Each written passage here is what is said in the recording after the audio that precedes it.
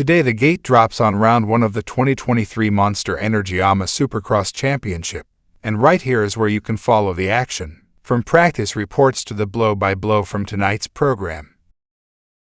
If you're interested, watch it live. AHAHEIM1 Supercross 2023. You can send super thanks of this video. Anyway, then you can join the live group at the Discord link I left below, and meet. Hello, welcome to the channel of AHAHEIM's Update Channel, a channel that collects various stories of the motocross industry to tell and analyze. Before going to watch, please press like, press share, press subscribe. Let's support each other too.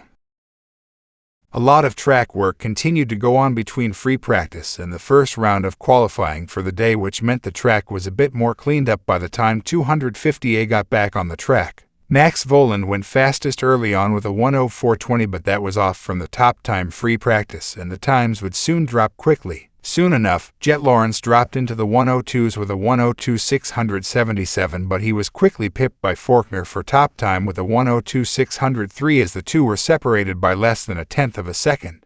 Mitchell Oldenburg had a fall in the exact same spot as Robertson in the free practice in the long rhythm section after the mechanics area. He would be fine though. Enzo Lopes continued his strong form from free practice and went fastest at a 1:02.550 as the muck-off FXR Club MX rider continued to look on form. A lot of riders were making small mistakes on their hot laps though, as the track was getting more technical with the ruts coming back through from the track work earlier. Lopes would remain on top as the checkers waved with he, Faulkner, and Lawrence the only three riders in the 1:02s. Right back at it for their Q1 session went. The 450A group led this time by Aaron Plessinger. Jason Anderson took a pretty hard fall as he went out for his first hot lap in the rhythm section after the mechanics area and limped around a bit as he spoke with the Alpine Stars medical crew. He would eventually remount and continue on in the session. Colt Nichols also had a fall at the end of the first rhythm section, as it appears just a couple spots were really catching guys out.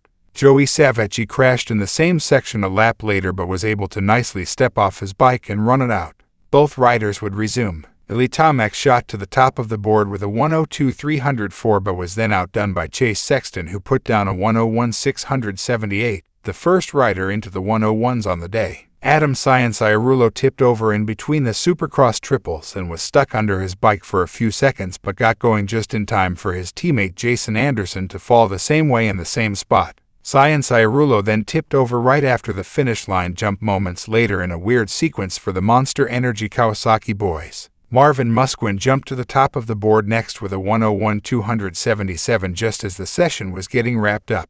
The time would hold up as Musquin topped Sexton and Tomac in Q1.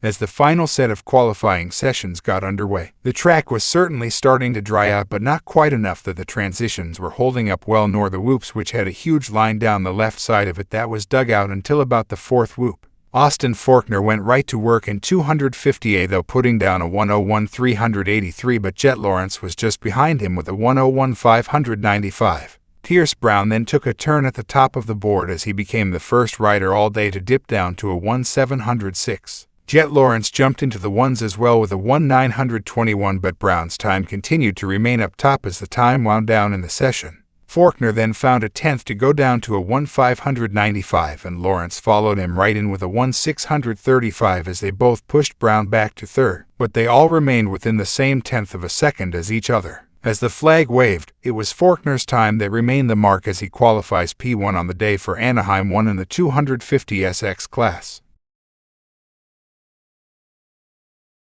The 450SX class came rolling out next for their final session, and just like before, it was Aaron Plessinger who grabbed the whole shot in the fake start.